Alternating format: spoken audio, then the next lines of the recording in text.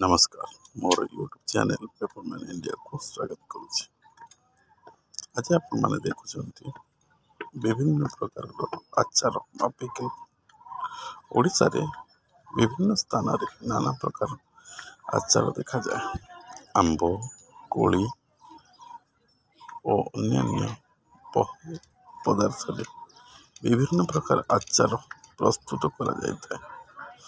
यह अति आनंद सहकारे गृहिणी माने परसिथांती। तेबे केन्दुझर जिल्लार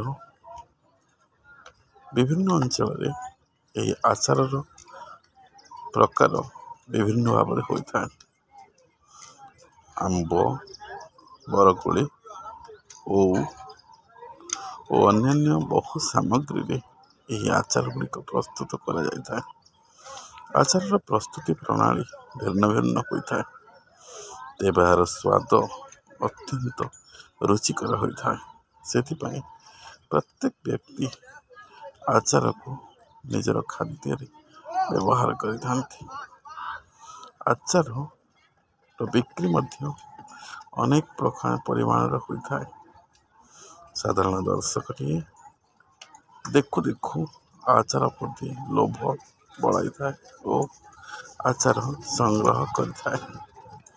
आचार आमर दैनंदिन खाद्य एक प्रभाव विस्तार करता है।